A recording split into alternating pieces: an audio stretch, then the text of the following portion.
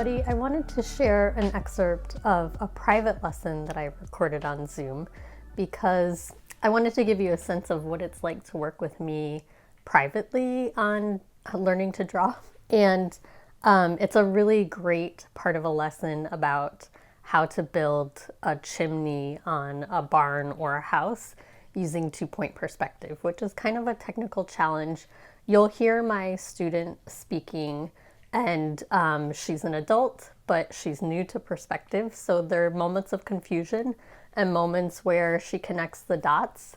And I want you to see how difficult it is to puzzle through two-point perspective and how it takes some, I don't know, like I think of it as like you're learning little pieces of the puzzle and figuring out how to put it together.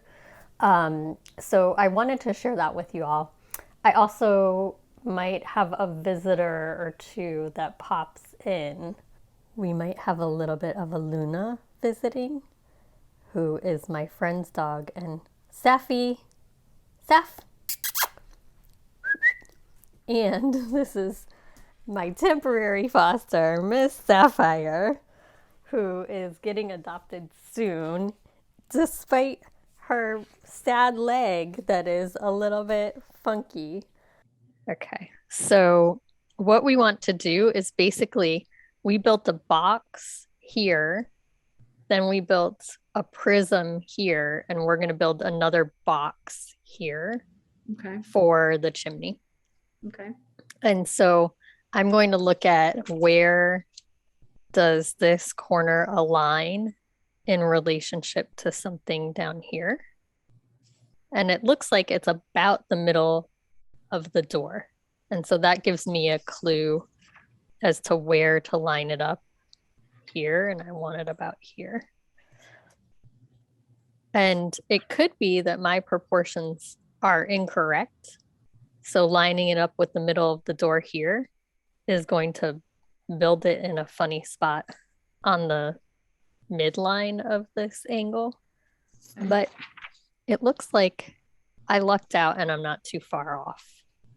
If it winds up being really close here or really far back here, then some other piece of the puzzle is in the wrong spot, and that becomes a problem to have to solve. Okay.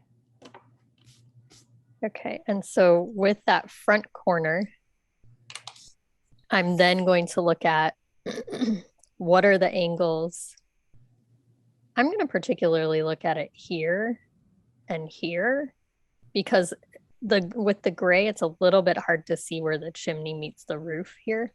In the colored picture, it looks a little bit better because you can see the color change from red to gray. Yeah, I could see that. And then I'm going to notice these angles. So remember that this angle pivots from my vanishing point over here and pivots up here. And this will stay stuck on the vanishing point over here. Mm-hmm. And we'll pivot up more and more and more and more and more. And so we get to this top angle of the box. You're going to do the top angle? Mm-hmm. And again, there's no real good mathematical way to do that. So I'm just going to sort of guess. And I noticed that this one is not too far from the top of the roof. Mm-hmm. So it won't be that different. So I'm going to line it up parallel with the roof, slide it up, and then just pivot it a little bit more. And I'm kind of guessing on the length too. Okay. And then I'm going to... Yours is higher than mine. Yeah, the proportion is another whole piece of the puzzle that... Let's see. So... Okay. It looks like this part is about this tall.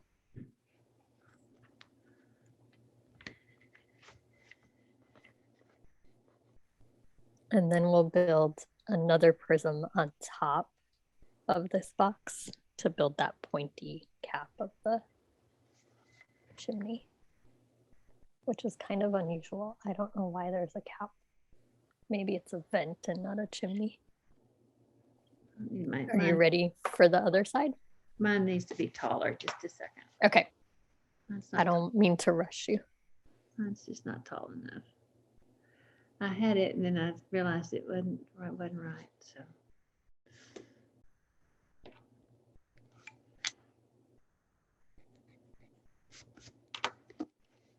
I have the eraser, but I still brush away. Yeah. Habit. It is such a lifelong habit. It is really hard to get out of.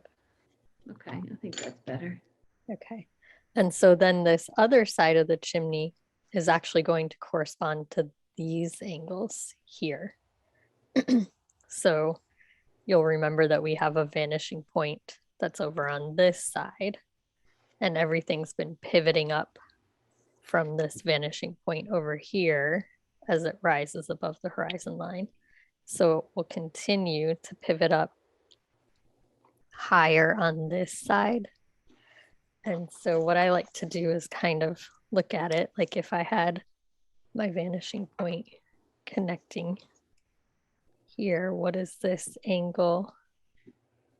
Let's see if I can make sure it's in the video. Here and then there. So it's going to come from here and go further up and further up, if that makes sense. Does that make sense? No. Okay, so that's the fan again. I'm so sorry. That's okay. I want you to tell me when it doesn't make sense so I can explain it in a different way. So let me get a bigger view in here.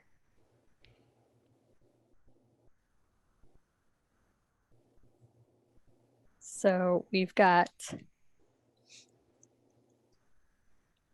these angles connecting to this vanishing point over here. Okay. And if it's going to go, let's see, how can I do this? Let me do it this way. It'll work. Oh, no, that doesn't work better. So if I've got this one lined up at the bottom here, where the bottom of the wall is, then these are going to continue to go up further and further until they connect. You see how this one is connecting there, and this one is connecting here. Does that make sense? So here it's just it's the same as what we had on this side where everything's coming to one vanishing point over on the right. How does that relate to the chimney though? So that relates to this front side right here, because that plane is parallel to this plane. Okay. Does that make more sense? Yeah, I can see that. Okay. So because this plane is parallel to this plane, the angles can correspond to the same vanishing point over here. And so again, we're going to use that fan and kind of fan it up from here where the points of the roof meet to there where the bottom of the window is, to there where the top of the window is, to there where the bottom of the chimney line is, to there where the top of the chimney line is.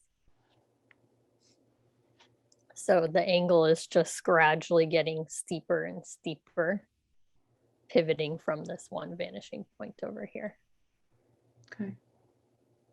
So is that? Yeah, I just it might be that you've just taken in too much information and you're saturated and you're like, I can't compute another thing. So that does happen. Okay. Let me see your drawing. Okay. So how I would do it would be I would kind of angle from here, this bottom angle.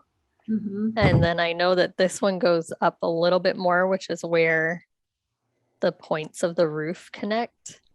And then I know I need this one to be more. And I can see that what happens is on here, where it connects to this line that we already put in on the right plane, the left plane connects to that point and almost touches the roof. So I want it to connect to this point and almost touch the roof by the time it's showing the front width. So it's going to be like really steep like this. Like I'm thinking, yeesh, this might be too steep, but it's close. Okay. And then on this one, it's got to be at least parallel to this one, but should be sloped down just a little bit more. I think it's going to look a little bit funny.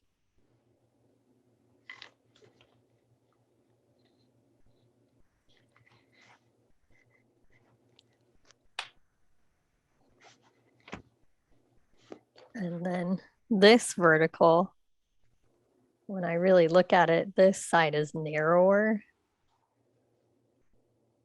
than this side. And I think I drew this one a little fat too. Needs to be narrower. Mine looks so crazy. So it's very easy for the angles to add up to something that looks totally off. And then it can be really overwhelming to figure out, well, which one do I start to move first, you know? Yeah, it was way off. What we can do is, do you want to hold it up and show me? Not yet. Okay. I got Try to fix it first, and then if you get confused, oh, this one doesn't really come down. I put that in the wrong spot.